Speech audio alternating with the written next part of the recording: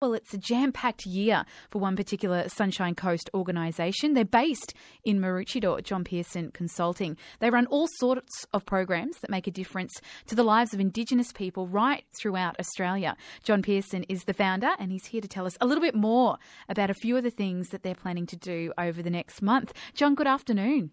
Good afternoon, Jessica. How are you? Good. So how did the John Pearson Consulting come about? It started as a group of volunteers about 8 years ago or thereabouts, and gradually just grew and grew until we all had to throw our daytime jobs in and start it for a real job. So can you explain for people who might know, what are some of the specific things that you guys do? Well, we've got 3 really good programs running on the Sunshine Coast at the moment. One of them is bringing kids from the southwest, these Murray kids, Indigenous kids that are in year 11, 11 and 12, and bringing them out to the Sunshine Coast to participate in real university activities and real TAFE activities at the Uni of Sunshine Coast and Sunshine Coast TAFE. And what kind of activities do they get up to while they're here on the coast? Well, the research has shown that the kids from the southwest aren't short on opportunities to see careers expos and careers markets. What they're the issue for them mainly is they're just afraid. They've never seen a university, never seen a TAFE, so when they're actually out here, they'll get to participate in mock lectures and see that it's not that scary. They are smart enough and they can do it. And have you run anything like this in the past? One of the other recent programs we run is the Future Indigenous Leaders program. That one's also aimed at kids in year 10, 11 and 12. So we have run other programs similar. The Future Indigenous Leaders program was from Bundaberg to the Pine River area, and that was for the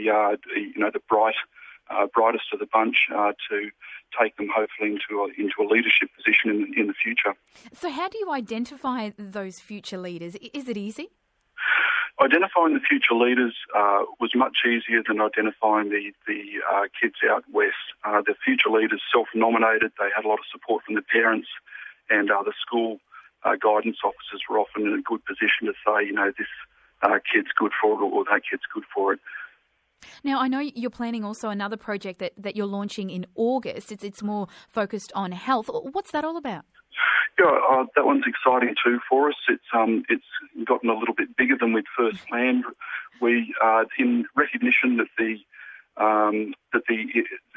health services area is in short supply of Indigenous healthcare workers, particularly at the practitioner level, we're bringing 120 Indigenous or potential Indigenous healthcare workers into a program, 50 of which will visit the Sunshine Coast in just a couple of weeks. And they're part of a group of now almost 170 participants from across Queensland. So how important do you think it is to have that Indigenous representation in the health sector and working in those communities?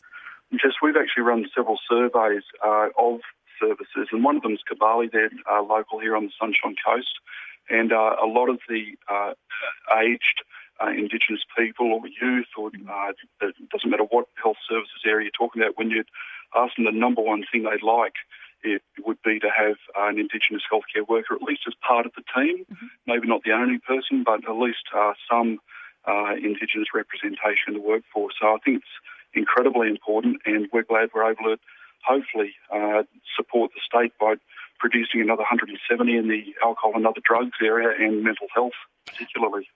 And John, what are some of the main obstacles that you come across when trying to help get these qualifications?